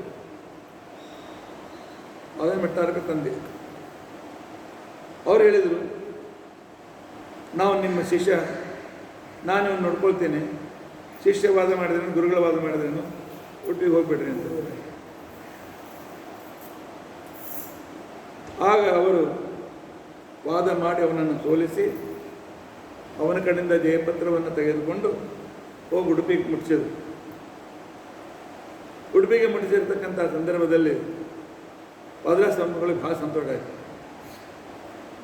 ಸಂತೋಷ ಆಗಿ ಏನು ಬೇಕಪ್ಪ ನಿಮ್ಮ ಇಚ್ಛೆ, ಏನು ಕೊಡಲಿ ಅಂತ ಕೊಂಡು ಕೇಳಿದ್ರು. ನಿಮ್ಮಂಥ ಮಗ ಆಗಬೇಕು ಅಂತ ಕೊಂಡು ಕೇಳಿದ್ರು. ಅವರೇ ಆನಂದ ಭಟ್ಟಾರಕರಾಗಿ ಮುಂದೆ ವಿದ್ಯಾಧೀಶರಾಗ್ತಾರೆ. ಪಾಂಡುರಂಗಿ ಮನೆ ತಂದದ್ದು. ಈ ರೀತಿಯಾಗಿ ಅವರಿಗೆ ಪರಸ್ಪರ ಸಂಬಂಧ, ಈ ರೀತಿಯ ಸಂಬಂಧ ಬೆಳೆದು ಆಗಲೇ ಅವರೊಂದು ನಿರ್ಣಯ ಮಾಡಿಬಿಟ್ಟು 2 ತಿಂಗಳು 2 ಪರ್ಯಾಯ ಮಾಡಿದ್ರು. ಆದರೆ 2 ತಿಂಗಳ ಪರ್ಯಾಯ ಅಂತ 16 ತಿಂಗಳ ಮತ್ತು 18ನೇ ತಿಂಗಳು ತಿರುಗಿ ವಾಪಸ್ ಬರಬೇಕು. 1 ವರ್ಷ 6 ತಿಂಗಳು ಇಷ್ಟೇ ಸಮಯ ಸಿಗ್ತದೆ. ಬದರಿಗೆ ಹೋಗಿ ಬರೋಕ್ಕಾಗಿ 3-4 ವರ್ಷ ಹಿಡಿತಿತ್ತು. ಅದಕ್ಕೆ ಅವರು ಇಲ್ಲ, ಇನ್ಮೇಲೆ 2 ವರ್ಷಕ್ಕೊಮ್ಮೆ ಪರ್ಯಾಯ ಅಂತ ತಿಳ್ಕೊಂಡು 2 ವರ್ಷಕ್ಕೊಮ್ಮೆ ಎಂಥ ಅದ್ಭುತ ಪರ್ಯಾಯ ನಡೆಸಿದರು. ಮಕರ ಸಂಕ್ರಮಣಾಗಿ 4ನೇ ದಿವಸ ಅವ್ರು ಮುಂದಿನವರಿಗೆ ಅದು ಒಪ್ಪಿಸ್ಕೊಡ್ಬೇಕು ಎಲ್ಲ ಅಧಿಕಾರ. ಅವ್ರು ಬೇಕಾದಷ್ಟು ದೊಡ್ಡ ಸತ್ ಮಾಡಿರಲಿ, ಎಷ್ಟು ಬೇಕಾದಷ್ಟು ಡೆವಲಪ್ ಮಾಡಿರಲಿ, ಏನೇ ಮಾಡಿರಲಿ, ಎಷ್ಟೇ ಸಂಪತ್ತು ಮಾಡಿರಲಿ, ಎಲ್ಲ ಬಿಟ್ಟು ಅವ್ರಿಗೆ ಒಪ್ಪಿಸಿ ಬಂದ್ಬಿಡು. ಅದನ್ನು ವರದರಾಜ ಶ್ರೀಪಾದಂಗಳವರು ಆ ರೀತಿ ವ್ಯವಸ್ಥೆ ಮಾಡಿದರು. ಇದೇ ವೇಳೆಯಲ್ಲಿ ಅನೇಕ ವಿದ್ವಾಂಸರು ಹೇಳಿದರು, ನ್ಯಾಯಾಮೃತ ಇದೆ, ಚಂದ್ರಿಕಾ ಇದೆ, ಆನಂತರ ತರ್ಕತಾಂಡವ ಇದೆ, ನ್ಯಾಯಶೋಧ ಇದೆ. ಎಲ್ಲ ತತ್ವವನ್ನು ಹೇಳ್ತಕ್ಕಂಥ ಬಹಳ ಕಠಿಣವಾಗಿದೆ. ಆದರೆ ಕಠಿಣ ಪ್ರಮೇಯ ಸುಲಭವಾಗಿ ಜನರಿಗೆ ತಿಳಿಯುವಂಥ ಒಂದು ಗ್ರಂಥ ಬರೀಬೇಕು ಅಂತ ಕೇಳಿದಾಗ ವರದರಾಜ ಸ್ವಾಮಿಗಳವರು ಅದೇ ಸೌದೆಯಲ್ಲಿ ಕುಳಿತುಕೊಂಡು ಯುಕ್ತಿ ಮಲ್ಲಿಕ ಅಂತ ಒಂದು ಗ್ರಂಥವನ್ನು ರಚನೆ ಮಾಡ್ತಾರೆ. 5000 ಶ್ಲೋಕದ ಗ್ರಂಥ. ಎಲ್ಲ ಒಂದೊಂದು ಅಧ್ಯಾಯಕ್ಕೆ ಸಂಬಂಧಿಸಿದಂತೆ ಗುಣಸೌರಭ, ಆನಂತರ ಸೌರಭ, ಎಲ್ಲ ಶುದ್ಧಿ ಸೌರಭ ಇತ್ಯಾದಿ 5 ಭಾಗದಲ್ಲಿ ಆ ಗ್ರಂಥವನ್ನು ಬರೀತಾರೆ. ಅತ್ಯಂತ ಶ್ರೇಷ್ಠವಾಗಿರ್ತಕ್ಕಂಥದ್ದು ಗುಣಸೌರಭ, ಪರಮಾತ್ಮ ಅನಂತ ಗುಣ ಪರಿಪೂರ್ಣ ಅಂತ ತಿಳ್ಕೊಂಡು ಅಂತೇಳಿ ಅದರಲ್ಲಿ ತಿಳಿಸಿಕೊಟ್ಟಿದ್ದಾರೆ. ಶುದ್ಧಿ ಸೌರಭದಲ್ಲಿ ಪರಮತಗಳನ್ನು ಖಂಡನೆ ಮಾಡಿದ್ದಾರೆ. ಭೇದ ಸೌರಭದಲ್ಲಿ ಆಗ ಭೇದ ಮತವನ್ನು ಕರಾರವಾಗಿ ಸಿದ್ಧಿಸಿದ್ದಾರೆ. ವಿಶ್ವಸೌರಭದಲ್ಲಿ ಜಗನ್ನಿತ್ಯತ್ವವನ್ನು ತಿಳಿಸಿಕೊಟ್ಟಿದ್ದಾರೆ. ಫಲಸೌರಭದಲ್ಲಿ ಕೊನೆಯ 2 ಅಧ್ಯಾಯ 10ನೇ ಅಧ್ಯಾಯದ ಸಮರ್ಥವನ್ನು ಮಾಡಿದ್ದಾರೆ. ಇಂಥ ಅದ್ಭುತವಾಗಿರ್ತಕ್ಕಂಥ ಗ್ರಂಥ ಇವರು ವಿಜಯನಗರದ ಚಿತ್ರರಾಣಿಗೆ ಬಂದಿರತಕ್ಕಂಥ ವ್ಯಾಧಿಯನ್ನು ಕೂಡ ನಿವಾರಣೆ ಮಾಡಿದ್ದಾರೆ. ವಿಜಯನಗರದ ರಾಜ ವೆಂಕಟಪತಿ ಇವರಿಗೆ ಪ್ರಸಂಗಾಭರಣ ತರುವಂತೆ ತಿಳ್ಕೊಂಡಂತೇಳಿ ಇವರಿಗೆ ವಿಶೇಷವಾಗಿರ್ತಕ್ಕಂಥ ಮಾನವನ ಮರ್ಯಾದೆ ಮಾಡಿದ್ದಾರೆ. 120 ವರ್ಷ ಪೂರ್ತಿ ಜೀವನ ಮಾಡಿದವರು ಪಾದರಾಜ ಶ್ರೀಪಾದಂಗಳವರು. 1482 1600 1480ರಿಂದ 1600 ತನಕ ಇದ್ದರು. ಕವಿ, ತತ್ವಜ್ಞಾನಿ, ಸಾಮಾಜಿಕ ಕ್ರಾಂತಿಕಾರ, ಶ್ರೇಷ್ಠ ಪ್ರವಚನಕಾರರು, ವಾದದಲ್ಲಿ ವಾದಿ ಭೀಕರರು, ಸಮೃದ್ಧ ಅನೇಕ ಗ್ರಂಥವನ್ನು ಬರೆದಿರತಕ್ಕಂಥವರು, ಯತಿರಾಜರು. ಇವರ 60 ಗ್ರಂಥ ಇವತ್ತು ಉಪಲಬ್ಧ ಇದೆ. ತತ್ವಪ್ರಕಾಶಿಕ ಆದಮೇಲೆ ಗುರುವರ್ಥ ದೀಪಿಕಾ ಬರೆದಿದ್ದಾರೆ.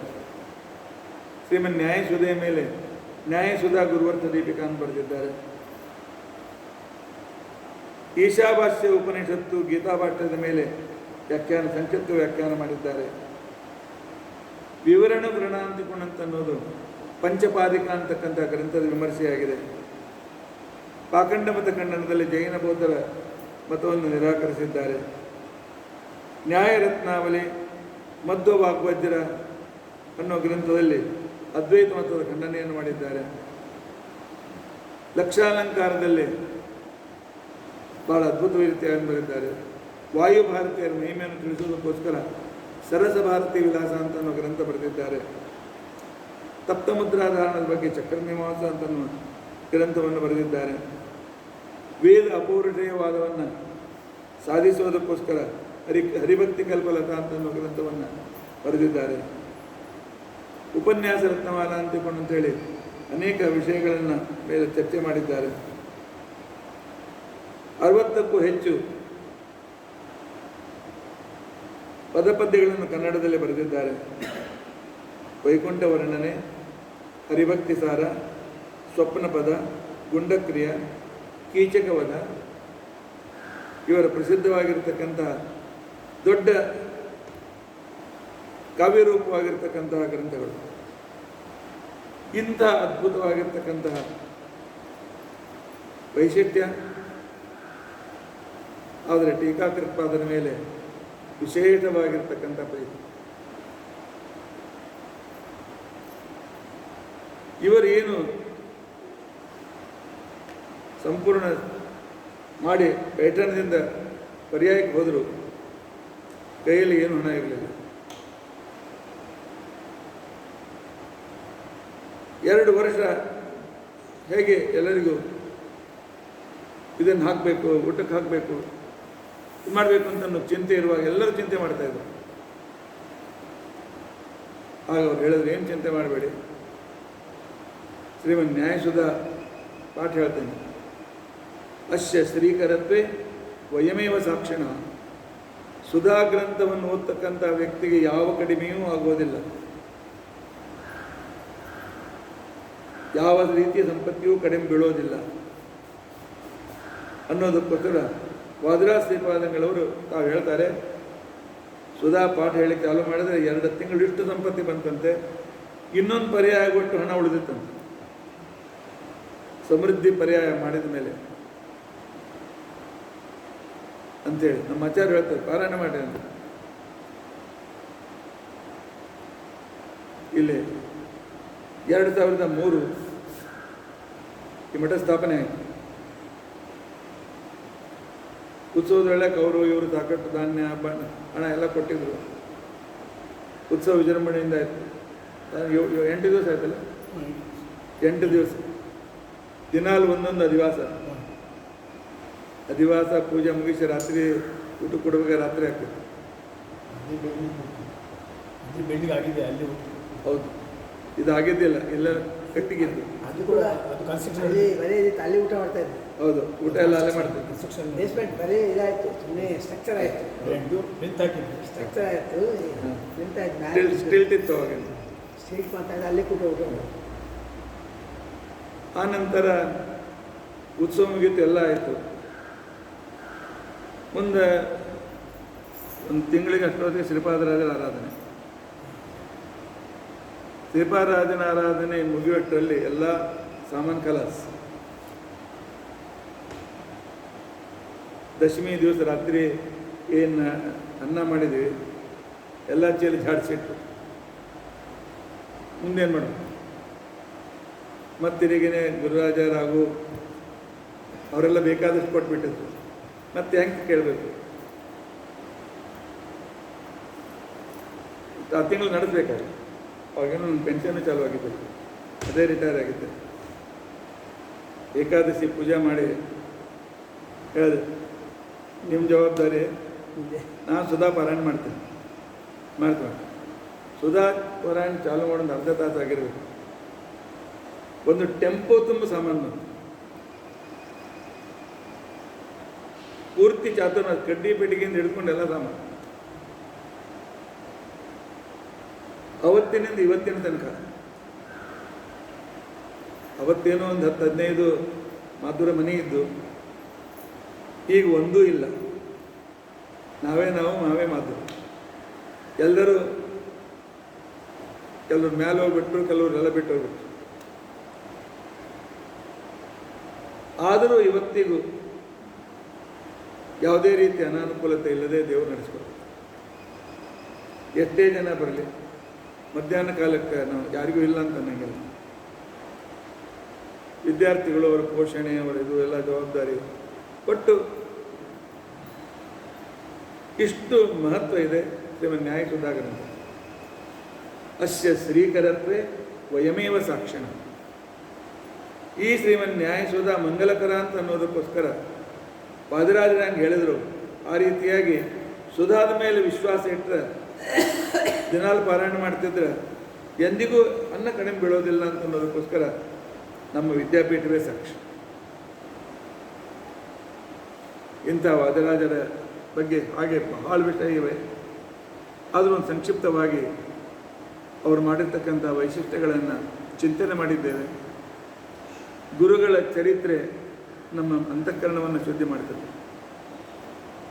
ಅಂತ ಅನ್ನೋದನ್ನು, ಅದರಿಂದಾಗಿ ನಮ್ಮ ಅಂತಃಕರಣ ಮನಸ್ಸು ಶುದ್ಧವಾಗಲಿ ಅಂತ ಅನ್ನೋದನ್ನು ಹೇಳ್ತಾ, ಈ ಚರಿತ್ರೆಯನ್ನು ನಮ್ಮ ಗುರುಗಳಾದ ಮೌಲಿ ಗೋಪಾಲಾಚಾರ್ಯರ ಅಂತರ್ಗತ, ಶ್ರೀ ಸತ್ಯಾತ್ಮತೀರ್ಥ ಶ್ರೀಪಾದಂಗಳವರ ಅಂತರ್ಗತ, ಭಾರತೀಯರವನ ಮುಖ್ಯ ಪ್ರಾಣ ಅಂತರ್ಗತ ಪರಮಾತ್ಮನ ಪಾದಾರವಿಂದಗಳಿಗೆ ಸಮರ್ಪಣೆ ಮಾಡೋಣ.